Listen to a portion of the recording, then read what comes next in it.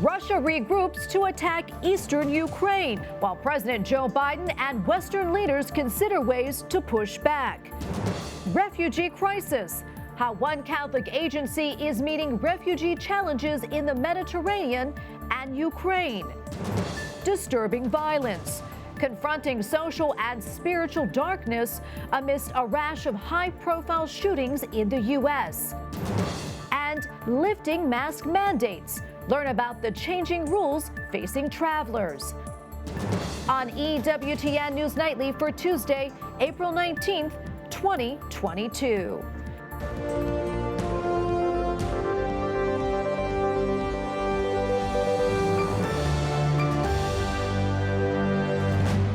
Thank you so much for being with us tonight. I'm Tracy Sable. Russia steps up attacks against eastern Ukraine. Both sides describe this as a new phase of the war.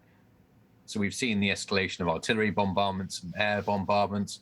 We've seen ground forces start to position themselves and try and take key villages to enable wider movement by ground forces. But it's a gradual process. I think that's the key point here.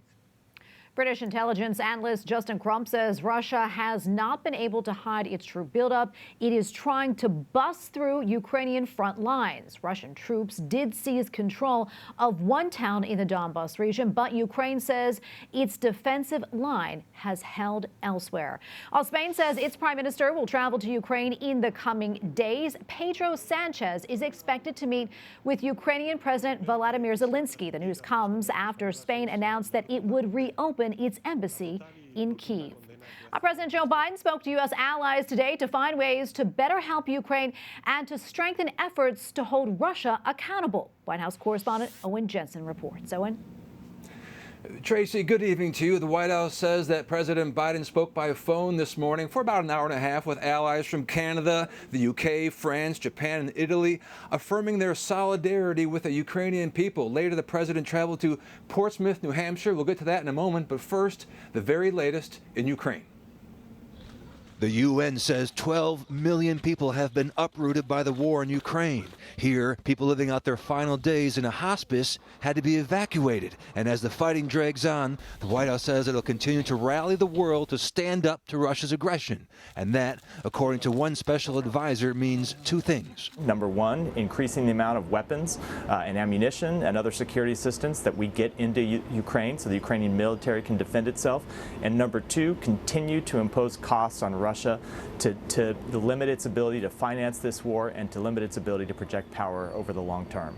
Meeting with members of the International Monetary Fund and the World Bank, Treasury Secretary Janet Yellen warns of rising global food insecurity. Early estimates suggest that at least 10 million more people could be pushed into poverty due to higher food prices alone. Later in the day, President Biden visited Portsmouth Harbor in New Hampshire, the state's only deep water harbor. What did you discuss with the allies today about Ukraine? New Hampshire. Really? I'm here to talk about New Hampshire. I understand. It's critically important as home heating oil, fiber optic cables, and rock gypsum all come through here. The new infrastructure law helping to pay for dredging, making it easier for large ships to navigate, reducing delays that lead to higher costs for consumers. And with the midterms later this year, the president risks losing power in Congress if things don't turn around. The RNC tweeting today, Americans face an unprecedented spike in prices due to Bidenflation, and prices are only going to climb. Also, when the president was in New Hampshire today and when he was walking to his limo, a reporter asked if he will be sending more artillery to Ukraine, and the president answered back, yes. At the White House, Owen Jensen, EWTN News Nightly. Continuing reaction tonight after a federal judge in Florida struck down the Biden administration's mask mandate for public transportation. The decision gives passengers a big break from coronavirus restrictions. Capitol Hill correspondent Eric Rosales joins us now with more. Eric? That's correct, Tracy. You know, passengers getting on trains, planes, and even buses don't have to worry about wearing one of these anymore after a district federal judge ruled that the mask mandate is not only unlawful, but also that President Biden, quote, overstepped its boundaries. So the news traveled fast among airlines. That it's official on Southwest Airlines during this whole Within minutes of the decision, airlines across the country let passengers in on the news, allowing them to throw away their masks. On our Delta hub, it says mask now optional for employees, customers, following White House. White House Press Secretary Jen Psaki says the administration wasn't pleased. This is obviously a disappointing decision. The CDC continues recommending wearing a mask in public transit. It's not clear if the Justice Department will request an emergency order to keep mask rules in place while an appeal is underway. Just last week, the CDC extended its mask mandate on public transportation through May 3rd. People have to understand our freedoms in this country have been under attack for a long time, and especially so in the last year with COVID restrictions. Catholic West Virginia Congressman Alex Mooney says God gave us domain over our own personal decisions on what to wear. For the federal government to try and force us to wear masks everywhere, I think it was a total overreach of their role. Meanwhile, congressional Democrats want $10 trillion more in COVID aid to develop new vaccines and other prevention measures. If COVID comes upon us again, another variant, and we are not prepared, and it takes 2-3 months to get going, and by then the new variant has its tentacles deep in our society, woe is us. But Republicans argue that there's still millions of dollars in unspent funds from the first COVID relief bill, and with inflation the way it is, spending more money is not the answer. Tracy? Well, Eric, I understand that there's a new development regarding Philadelphia after it became the first major U.S. city to reinstate indoor mask mandates. What more can you tell us about that? Well, I tell you what, the city of brotherly love is not being so brotherly and loving, that is, with mask mandates.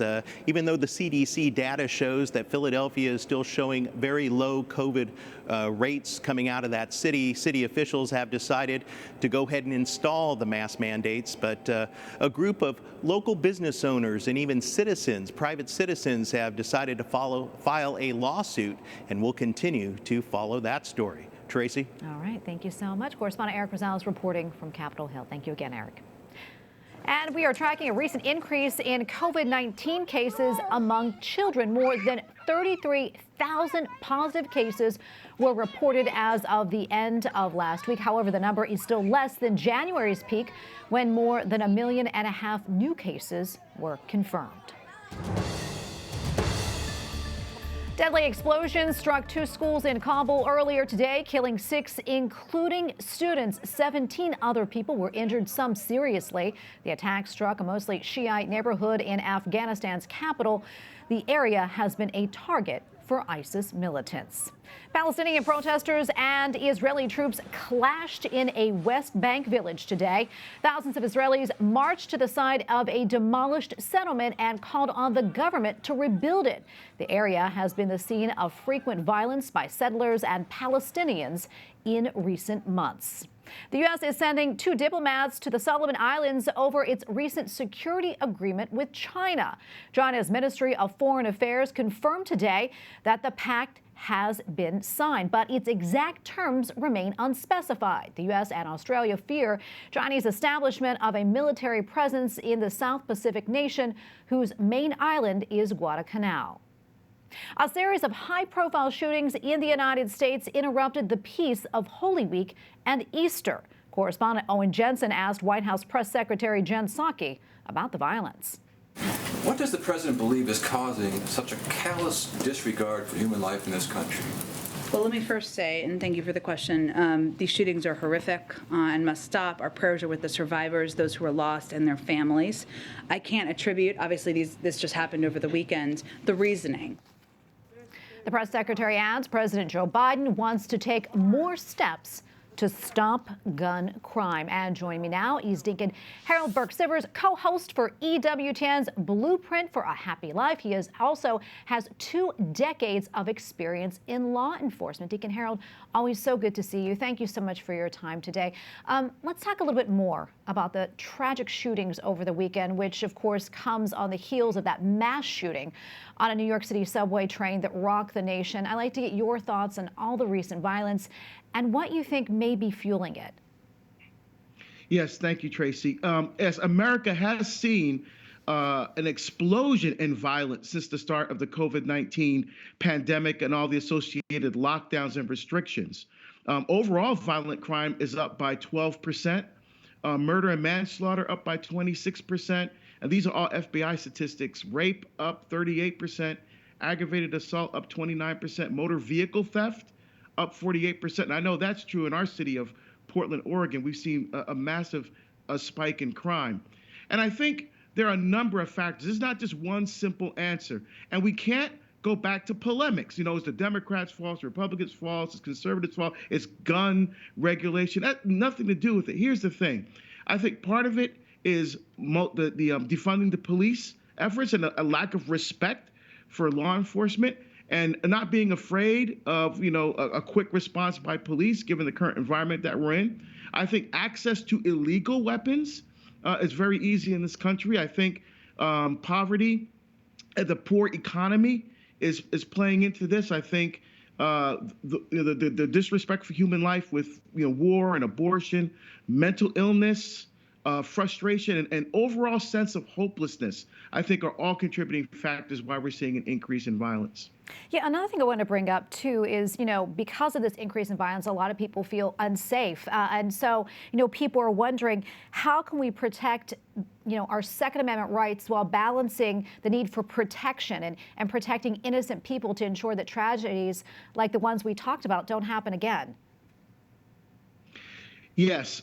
Again, it's access to illegal weapons, right? So you're going to hear people talk about we need to, stricter gun control and gun regulations. That's not true. For example, in Chicago, has some of the strictest gun laws in the country, and they're seeing increases in crime as well. So that's not the issue.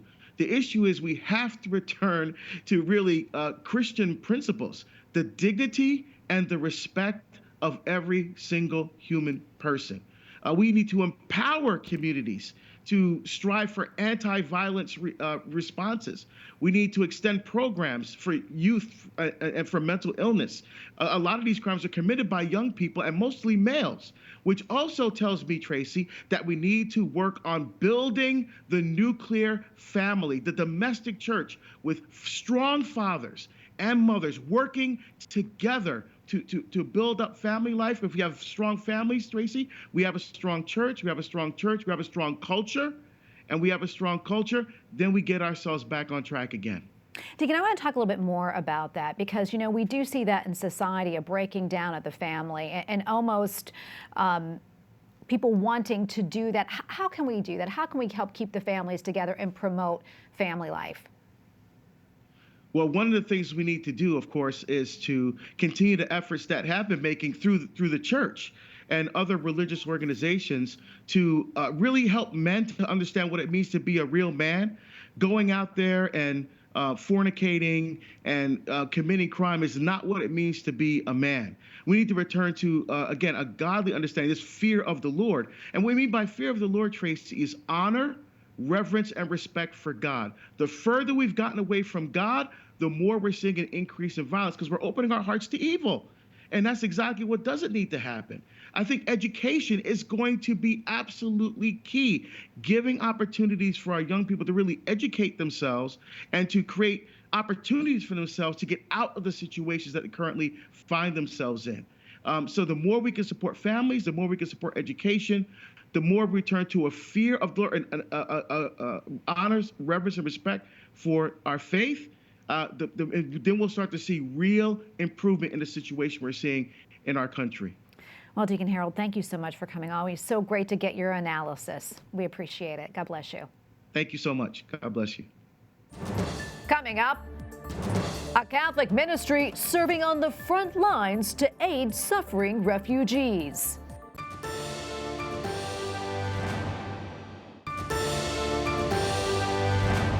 Pope Francis encourages teenagers to say yes to God's will with the help of Mary. The Holy Father spoke to 80,000 teenagers who traveled across Italy for a pilgrimage. The Pope told those gathered in St. Peter's Square that Mary was around their age when she had the courage to live out God's will. Well, here in the United States, Judicial Watch reports that it has obtained new information regarding the University of Pittsburgh's use of fetal tissue in its scientific research. 34 pages of new records reveal Dr. Jeremy Berg from the University of Pittsburgh contacted then NIH Director Francis Collins to help combat efforts to undermine the research that uses tissue from aborted babies. And joining me now to discuss this is Meredith DiLiberto, attorney at Judicial Watch. Meredith, welcome back. Thanks so much for coming on. We appreciate it. One more, can you tell us about the new records that Judicial Watch has obtained and the information in those reports? Thank you so much for having me again, Tracy. This is just another piece of the puzzle. If you recall, these records that we helped Center for Medical Progress get showed some very concerning practices that University of Pittsburgh is engaging in, specifically that they might be altering the method of abortion so that they can better use the tissue. And there's a suggestion that they are harvesting organs and tissue from still living babies. They deny all of this and had an independent investigation, but that investigation really was not independent, and it was terribly biased, and they looked the other way. Almost 100 Congress lawmakers asked for an investigation, and rather than complying with answers to these lawmakers, what Pittsburgh did was contact NIH directly. And what it looks like they're doing is seeking help from the very agency that should be overseeing their compliance with help with bad publicity instead. It looks like doubling down and collusion, quite frankly. It's also disturbing. Meredith, let's talk a little bit more about that. I mean, how significant is it that Pitt actually reached out to the NIH to get its help? It looks pretty bad. We think it's very significant. Again, NIH is responsible for oversight. They are responsible for making sure that these schools, these researchers are using the tissue in the proper way. There are state and federal laws that must be complied with. And to go to the agency that is responsible for making sure that they are obeying the law, looking for help rather than being transparent, looks like the very opposite of that. It also looks like NIH might have a stake in it in terms of covering this up as well. Meredith, can you talk a little bit more about how the university was using aborted baby tissue in its experiments? What exactly was it using it for? We don't have necessarily, there's no list that shows this. What this particular grant was for was that tissue hub that they were referring to. This is Pitt's way of obtaining tissue from 6 weeks to 42 weeks. And keeping it sort of in storage for all sorts of researchers to come looking for. You have to trace each individual grant seeking that to find out what, in fact, they were used for. We do know that Pitt has been using scalps from aborted babies to grow on the backs and bellies of mice to create humanized mice. We know that they were using thymus and kidneys. What is most concerning is that it looks like they are changing the way the abortion is even done so that they can harvest better tissue, which is contrary. It's a violation of state and federal law. There's also a suggestion that these babies may be born alive and then harvested. And so whatever benefit Pitt purports to be getting from this does not condone what would be infanticide. This is all so hard to fathom. And Meredith, we thank you so much for coming on and talking to us about it and shedding light on this. We appreciate it. Thank you so much. Thank you for getting the word out.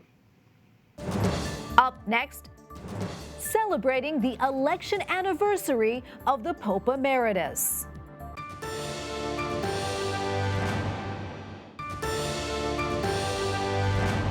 A Ukrainian church in London is renovating its facilities to receive refugees from their homeland. The Cathedral of the Holy Family was already serving as an information hub after the Russian invasion began. A UN agency estimates that more than 4 million people have fled Ukraine since February. Almost half are children. The Astalli Center, the Italian branch of the Jesuit Refugee Service, is looking at ways that it can help others. The group provided an update on the conditions of asylum seekers and refugees who turned to the center during 2021. Its newly released annual report aims to understand which nationalities represent the most refugees who come to Italy and the difficulties they face. Joining us now from Rome is Father Alessandro Manaresi, Vice President of the Astalli Center. Father, thank you so much for your time today. Can you tell us more about this report and the particular details that emerge from it? Okay, so we presented the annual report of our activities just a week ago. It's an event of advocacy, I would say, in order to remember the presence of refugees in our society. So it's an annual report, so it counts the activities of Centro Astalli. We are part of a bigger worldwide network called the Jesuit Refugee Service, so we are JRS Italy, but we have a proper name, Centro Astalli, based in Rome. And Father, considering the situation in Ukraine, I'm curious, how is your center working on this emergency? Yes, we are facing the coming of many thousands of people, and as you know, most of the people are welcomed by relatives at the moment, but they are in increasing numbers, so we are going to face more and more people, and we try to give them legal assistance and also health care assistance. And also we are thinking with them how to host them for a longer time, because we don't know the next steps of this terrible war. So the fact is that our society, I mean the Italian country, but also European countries around Ukraine, are available to host many thousands of people at the moment. So this is very amazing, and we hope that this can foster a better welcoming of more refugees coming from different parts of the world, because there are many other wars, unfortunately, in the world. And it's so important, the work that you're doing. I'm curious, what are the other projects that you're focusing on, and what particular services does the center provide? What can you tell us about that? So in GRS, Jesuit Refugee Service, we have 3 key verbs that are to accompany, to serve, and to advocacy. So following these, so we are trying to build up services and activities in favor of refugees. And one that I want to point out is the raising awareness among the young people, the youth in the schools. So that is very important in order to build up a more welcoming society for the future. So we are looking to the future, but not alone, with the young people and with the refugees. Well, Father, thank you so much for your time today. We appreciate it. Thank you for what you do. Father Alessandro Manaresi, Vice President of the Astalli Center. Thank you again. God bless you. You're welcome. You're welcome from Rome.